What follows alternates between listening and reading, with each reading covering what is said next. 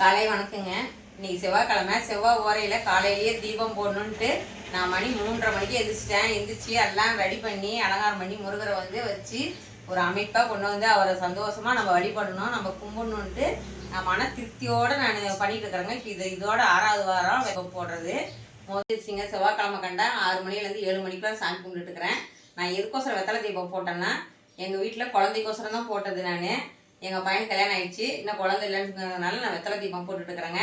முதல் வாரம் போட்டு பார்க்கும் போதே அந்த வெத்தலை தீபம் போட்டுட்டு தான் நாங்கள் அதையே பார்த்தோம். அப்புறமேல தான் வாங்கிட்டு வந்து அந்த டெஸ்ட்டுங்கிறத சொல்லிட்டு பார்த்ததுனால உடனே சந்தோஷமாக வந்துச்சுங்க.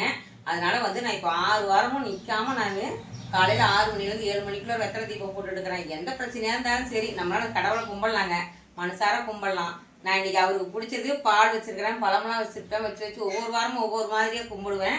நான் இந்த வாரம் 6வது வாரங்கிறனால தினையும் தேனும் ஊற்றி மாவு இது பண்ணி வச்சுருக்கிறேங்க. அவருக்கு முருகருக்கு பிடிச்சதுன்னு சொல்கிறதுனால நான் இது வாங்கிட்டு நானே இப்போ எல்லாம் வீட்லேயே ரெடி பண்ணிடுதுங்க. இந்த மாவு இப்போ தான் ரெடி பண்ணினேன்.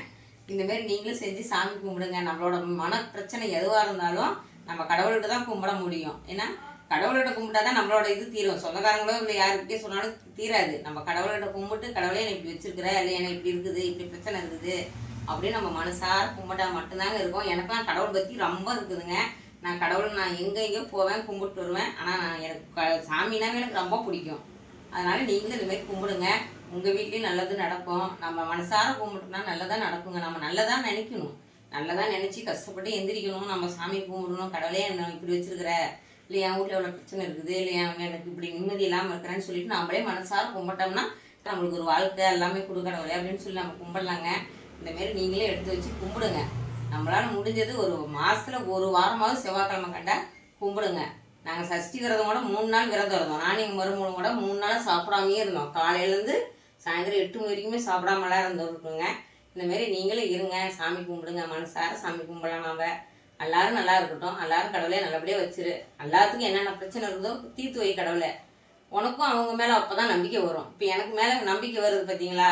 ஐயோ நம்மளும் கடவுளை கும்பிடுவேன். நான் எப்பயுமே கும்பிட்டுட்டு இருப்பேன். இருந்தாலும் இன்னும் போராட்டமாக சண்டை போடுவேன். எனக்கு இப்படி இருக்குது, பிரச்சனை இருக்குது, நீ தான் தீர்த்து வைக்கணும்னு சொல்லி கும்பிடுவேங்க. இந்தமாரி எனக்கு மனசு நிம்மதியாக இருக்குதுங்க, சந்தோஷமாக இருக்குது. இந்தமாரி நீங்களும் கும்பிடுங்க. வாங்க எல்லாரும் சேர்ந்து சாமி கும்பிடலாம் வாங்க.